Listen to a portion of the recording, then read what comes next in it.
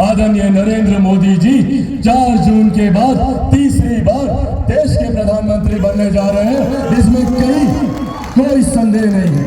और इन 3 चरण के मतदान में, इन 6 चरण के मतदान में हम लोग 350 से ज्यादा सीटें हमारा एनडीए गठबंधन पार कर चुका है। 7वें चरण का मतदान अब उसके लिए प्रचार चल रहा है। तो साथियों, जब ये बात तय है कि 4 जून के बाद मौजूदा प्रधानमंत्री आदरणीय नरेंद्र मोदी जी को ही देश का प्रधानमंत्री बनना है, तो ऐसे में हम लोगों की जिम्मेदारी बढ़ जाती है।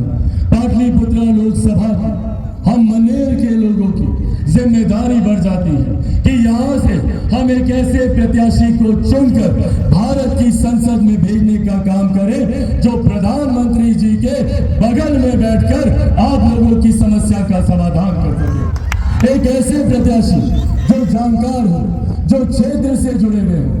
और ऐसे में मुझे इस नाम को गर्व से लेने में कहीं कोई संकोच नहीं है, न सिर्फ इसीलिए कि वो जानकार व्यक्ति है, न सिर्फ इसीलिए कि वो अनुभवी है, न सिर्फ इसीलिए कि उनकी तत्परता आपके प्रति, क्षेत्र में विकास के कार्यों के प्रति संसद में मैंने खुद उनके साथ रहकर अनुभव किया है। देखा है मैंने कि किस तरीके से आपकी क्षेत्र की समस्याओं के लिए दिन रात बिना इस बात की परवाह किए हुए कि वो कार्य कैसे होगा, मंत्री के पास जाकर, प्रधानमंत्री के पास जाकर, मुख्यमंत्री जी के पास जाकर दिन रात वो प्रयासरत रहे। ऐसे में हम सब के लिए ये सौभाग्य की बात है कि एनडीए की तरफ से प्रधानमंत्री जी का जिनको आशीर्वाद प्राप्त है, मेरे मुख्यमंत्री जी का जिनको आशीर्वाद प्राप्त है, ऐसे अनुभवी मौजूदा सांसद और भावी सांसद, मेरे अभिभावक, मेरे पिता तुल्य आदरणीय रामकृपाल यादव जी हम लोग के बीच है।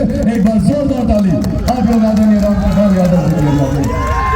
साथियों, जरूरी है प्रधानमंत्री जी का तीसरी बार देश का प्रधानमंत्री बनना। पहली बार देश में एक ऐसे प्रधानमंत्री आए जिन्होंने देश की अर्थव्यवस्था को मजबूत करने का काम किया। आज हम लोग गर्व से कहते हैं कि भारत दुनिया की 5वीं सबसे बड़ी अर्थव्यवस्था है। ये देश मेरे प्रधानमंत्री आदरणीय नरेंद्र मोदी जी की। जब देश की अर्थव्यवस्था मजबूत होती है तो राज्य का राजस्व बढ़ता है, हर क्षेत्र का आर्थिक विकास होता है, हर क्षेत्र में रहने वाले लोगों के प्रति व्यक्ति आय में इजाफा होता है, उनके हाथ में ज्यादा कमाई आती है। और इसी का परिणाम है कि पिछले 10 सालों में 25 करोड़ से ज्यादा लोग गरीबी रेखा से बाहर निकले।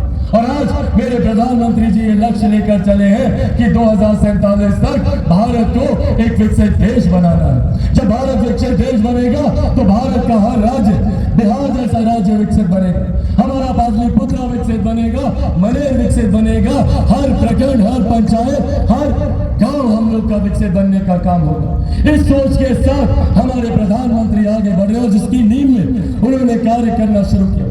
पहली बार देश के एक ऐसे प्रधानमंत्री जिन्होंने दिल्ली में बैठकर एक गांव में रहने वाली महिला के सम्मान की चिंता की, उनके लिए शौचालय बनवाने का काम किया। चूल्हा चौका से हो रहे स्वास्थ्य पर हानिकारक प्रभाव को दूर करने के लिए उज्ज्वला के माध्यम से घर घर गैस पहुंचा।